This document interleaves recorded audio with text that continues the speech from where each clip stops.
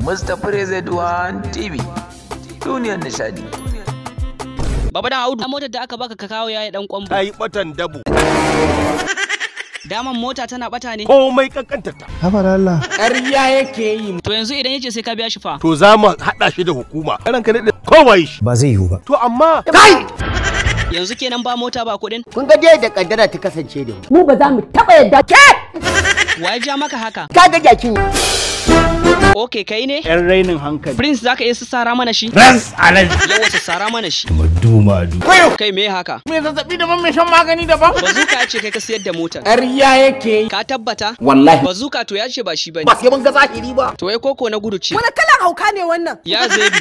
Inna lillahi wa inna ilaihi raji'un. Sarki. Ka san kalmar da ta rika fita daga bakinka. Ayo.